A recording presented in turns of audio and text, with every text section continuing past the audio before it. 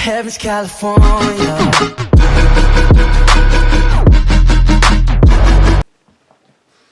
Hey guys, today I'm going to react to a video requested by Copycat789. I have a video suggestion for you with the link. Take your time and thanks. So this is going to be 3 True Outdoor Stories, or Horror Stories, by Blue Spooky. And if you notice there's more light in here, I have both my lights on just because I feel like it'll help me be more awake. Cause, like, you know how I get tired easily in videos when I just stare at the screen, so that's what I'm going to do. And I don't know if my cat wants to get out of the room. She'll be stuck in here for 20 minutes, that's okay. She loves me, so it's okay. This one's a lengthy one, 21 minutes, 3 stories, so not too bad. Without further ado, so it's outdoor stories, okay. When I went to download the link, like download the video, then it said that I was already 16 minutes in or something, so maybe I saw this a while ago, but I probably forgot definitely by now, so okay, my cat wants to leave, I'm gonna let her out.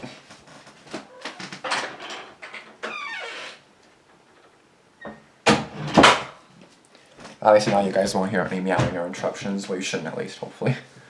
But yeah, let's get into this. The following stories are submitted by users of the Reddit forum Let's Not Me or forum viewers. The following may be perspective of men and women. Please keep an open mind. Okay. Got it. First off, let me apologize for grammatical errors, autocorrect, and the length. And for a little bit of background about me, I never got along with my siblings much when we were younger. My parents spoiled me because I was the youngest, but a lot of the time they would believe my older brothers and sisters rather than me, simply because they were more mature. This whole ordeal started when I was 13 years old. We used to live in a rural area where acres and acres of woodland stood between houses. A lot of the time my brothers and I would just mess around in the woods, boys being boys after all. We also had an old hound, Benji, that we would take out into the woods with us. The city is not too far away from us, and occasionally we would get a homeless person around, and tweakers deep in the woods, and so on and so forth, but never too many issues. My brothers go back to college, and all that's left are my parents and my sister. I'd still go out to play in the woods, but it'd be all by myself, or with Benji. Well, one afternoon, I went out with Benji when I noticed that he had started acting very weird. He was whimpering, tail between his legs and everything, just staring off into one direction. I started to get a bit freaked out, and was about to turn and head back, when something caught my eye. There was something lying on the ground. I thought it was an animal because it was furry, but then I noticed all of the blood. I got a little closer, and I could see that it was a dog. It had its stomach ripped open, and there was blood strewn everywhere. Its face was mangled and half ripped off, blood still dripping from its wounds. Benji started frantically pulling on the leash, barking and whimpering behind me, and that's when it hit me. The blood was still fresh. Whatever killed the dog was still around. I froze. I looked around and tried to see what Benji was barking at. I didn't know if it was a black bear or what, but there was something crouched behind a bush. All I could see was the fur. It was the afternoon now, and it had started to get darker. All of a sudden, the thing started barking. Not like an animal's barking, but like a crazy man trying to imitate a dog. He started out low and got louder and louder. I couldn't move.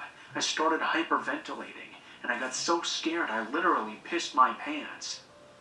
Nothing was going on in my mind in that moment. I couldn't think. I was scared shitless.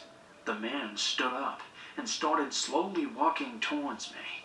He was a bit hesitant because now Benji was barking and growling at him furiously in front of me. Suddenly he pulled out a giant knife, and all I could think of was to run. Run as fast as I could. I don't want to die, I kept saying to myself. So I started running. Luckily Benji ran with me, always circling around me and barking while I was in tears running for my life. I got back to my house, ran to my parents and told them what happened right away. Though they were a bit freaked out, they didn't really believe me and told me it was probably just a bear or something. Just a He bear? forbade me to go outside alone anymore. My sister kept telling me to stop crying out lies for attention. Of course, later that night I couldn't sleep at all. My sister and I shared a room, and Benji would always sleep in there with us. I got up and looked out the window every now and then, paranoid that I would see the man at the edge of the woods, or just something like that. After midnight, I had finally started to doze off when I heard Benji lonely growling again. I woke right up and saw that he was staring out the window. Someone I there. slowly crept to the window and looked out to see the figure of the man right in the middle of the backyard, crouched down and staring straight through my window. Sus. Benji started growling louder and louder until it finally woke my sister up. She turned and asked me, "What the hell are you doing up?" But soon she saw there was something wrong with my expression. When she looked out the window, she screamed so loud it woke up both my parents. The man got spooked and ran off back into the woods before my dad got into the room. Damn. And my sister told them what she saw. Finally, they believed me, and they called the cops. When the cops got there, though, they said there wasn't much they could do. It was dark out, and they didn't have enough men to put a patrol car at the house. They said they'd come back in the morning to do a sweep of the woods around the area I found the dog. The next day, they did a search in the woods and found the carcass. A couple of hours later, they also found the creep close by. When they came back to update my parents on the situation, they told them that it was a guy on PCP covered in blood, wearing the PCP. skin of a dead animal. Apparently, he had killed a dog and ate it raw. Ew. That's fucked. This happened about 2 years ago, and still scares me whenever I think about it. First, though, a little background. My name's Jesse, and I live in the UK. I'm from a smallish area, nothing fancy. I'm 18 now, and at the time I was 16, and working at a family friend's pub collecting glasses. I'd work from 7 to 11 every night, and I lived about half an hour to 45 minutes away. And to get home, I had to walk through a park. Now, this park has 3 entrances, and 2 at the top and 1 at the bottom, which led into the town center and main shopping area. The top 2 led off into 2 different areas. One was a skate park, and the other is literally right next to a comprehensive school and a big field. This park has a lot of bushes and trees in it, and only has a few lights. These lights all shut off at around 10:30. The only lights on are the lampposts outside each entrance to the park, which are very dim. Each entrance was a very big gate, and they were always open. This is important for later. I had to walk the path that led towards the school, since it was the fastest way for me to get home. Now, on to the story. I worked at the pub for about a year, and had stuck to the same routine going home.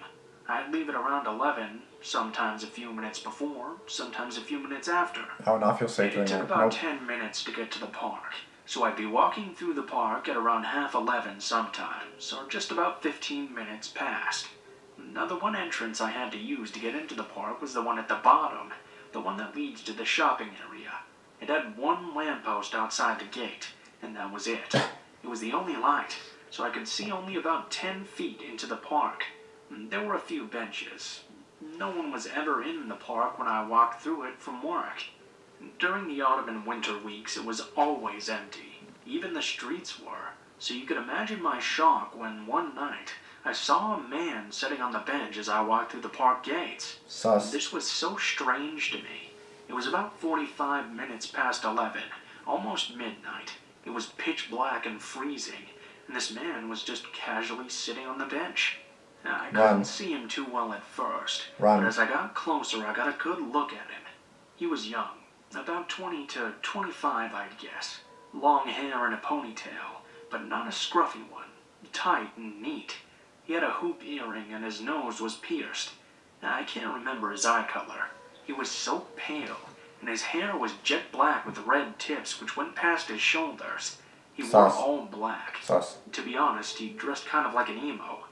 Looking back now, he kind of reminds me and looks like Dracula from a movie, Van Helsing. He was on his phone. He looked up at me as I walked towards him, and he stared at me the whole time I walked past. And I gave him a slight nod and smile, and kept walking. Run. He just looked me up and down, smirking, which freaked me out a bit. Run. He didn't say anything, and I managed to get home. I didn't think much of him and completely forgot about the encounter. The next night, though, I went to work, finished my shift, and walked through the park. Again, he was there, on his phone, wearing all black. That's so He creepy. looked up, saw me, and smiled. I smiled back, but walked a bit faster past him. Again, he said nothing. This happened on the next night as well, but on the fourth night he wasn't there. I walked through the park as usual. Oh, he's I there. felt so uneasy. He's there. It was pitch black, no light except for the moon. He's there. What do I hear? Footsteps. Quick Told footsteps ya. right behind me. So I turn around and absolutely nothing. I wasn't taking any chances. Oh, he's there. So I ran through the park. Finally. I swear, over the sound of my heart beating fast and my own footsteps, I heard twigs snapping and leaves crunching. After that, I started getting a lift home for about 2 weeks from a friend. Good. Soon, though, that friend went on holiday, so I had to start walking home through the park again. On the first night, which was Monday night, the man wasn't there, but I still felt very uneasy. You thought I he could wasn't feel there, I but was he's there. being watched.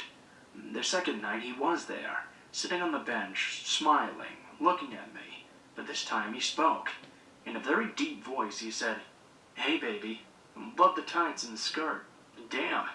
I was wearing a black skirt and sheer tights with thick black thigh-high socks, Doc Martens with a black biker jacket and Kevin, a assume thick you're a girl. scarf. I had to thought you wear were all a guy, black but you're a for girl. work. I looked at him awkwardly, smiled, and hurried away. The next few weeks, he'd be in the park and make sexual comments, but he always just sat on the bench. I'd try and get lifts home when I could, but I'd still have to walk through the park most of the time. Lord, I hated that walk. One night, though, things escalated. I walked through the park as usual. Again, he was there sitting and smiling at me. Nothing I better did my to do? best to ignore him For as he nothing? made comments about my body and all the things he wanted to do to me. As I was walking away, I was out of the light and could only see 2 or 3 feet in front of me. I must have been about 20 feet away when I heard running from behind me. I turned around and bam! Somebody runs into me full speed and knocks me right to the floor. Oh my I felt god. a heavy weight on me, and instantly I felt hair on my face and a hand covering my mouth. That familiar deep voice tells me not to fight, that it'll be over quicker if I don't. It's him. He's on top of me and his hands start to wander down my stomach. He starts to lift my skirt up. That's I hear enough. a zipper, and he's rambling about how he knows I want this, and how he's been waiting to do this for so long. He took his hand off my mouth, and that's when I took the chance. I bit him, hard, really fucking hard, and he screamed. He sat up off of me. I could barely see, but he was holding his hand and cursing at me. I took the opportunity and shoved him. What do you I think got I'm up gonna and do? started Let to you do run. it? No. I could hear him running after me. I ran towards the first gate, the one I usually use to leave. I was shocked and mortified to see it was locked somehow. I could see it had a lock on it, It because the sucks. lamppost on the other side shone onto the gate. I was confused, but I It could was hear him. him shouting. It was I him that did started it. to run again, and I ran towards the other gate. It was closed, but not all the way. There was a small enough gap that I could squeeze through. Good. I just managed to squeeze past as he tried to grab me.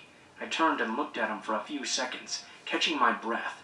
He stared at me, and then he tried to fit through the gate, so I booked it as fast as I could. What the fuck? I For the ran towards the cops. skate park path. The path was full of bushes. On one side of the path that ran through it. It also has a long dark patch with after about a 20-minute walk down it leads to a main road.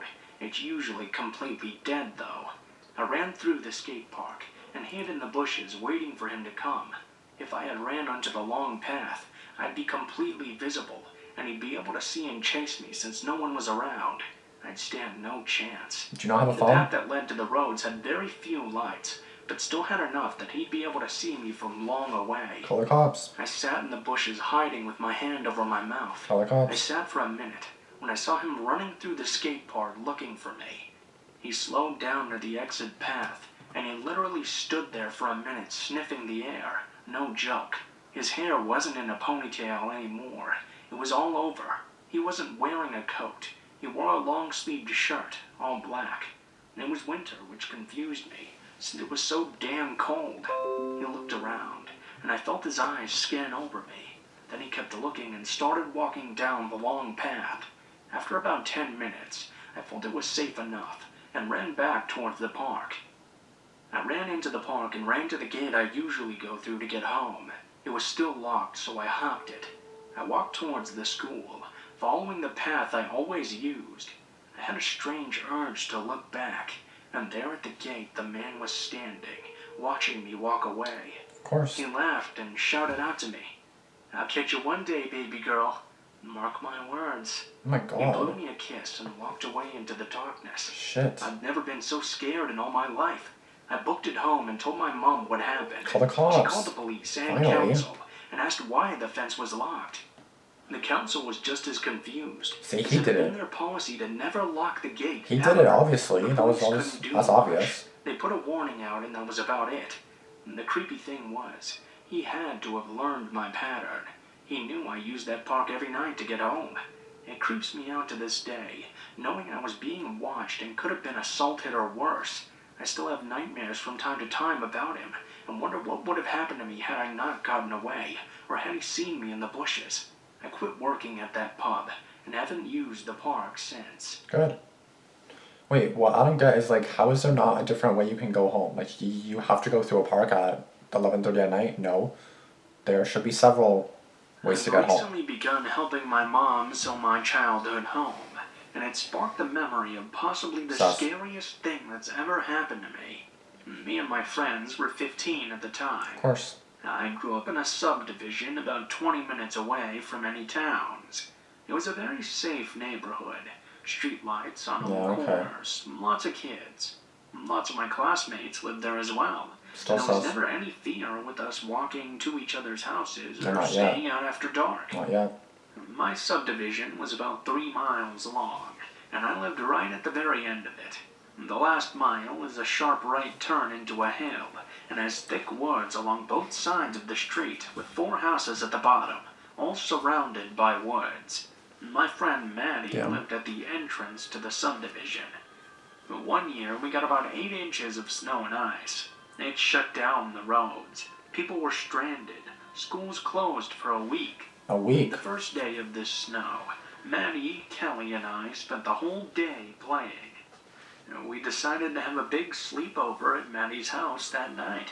And when the sun looked like it might start setting, we started the trek down to my house to get an overnight bag. And by the time we finished packing, it was already dark out. Of course it That was. was always enhanced the darkness, but it didn't bother us. The 3 of us, walking, joking, enjoying the night air. As we cleared the top of the hill, we saw something that made us stop in our tracks. A hooded figure was standing on the corner, illuminated by the only street light. They didn't move. They stood completely stiff, staring right ahead. It was unsettling, but it easily could have been a neighbor, so with nervous laughs we started descending the hill. The figure never moved, just staring straight ahead. As we got to the bottom, we could see the hood was fur-lined, and they had some sort of black mask hiding their features, and we started to get a bit nervous. At this point, we're even with this person. It's blackout, the one streetlight illuminating the corner.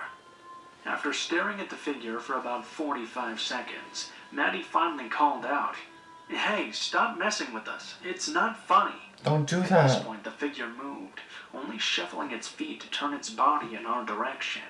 They extended their hand toward us. Time stopped. I could feel my heartbeat in my throat. The figure gestured, "Come here," to No. us, before No. turning and walking into the woods. We ran, as fast as our feet would take us, until we reached Maddie's house and deadbolted the door behind us. The next morning when I walked home, I stopped at the corner where the figure had been, and felt pure, genuine fear. There were 2 tracks of footprints, one leading out of the woods, and one leading back in.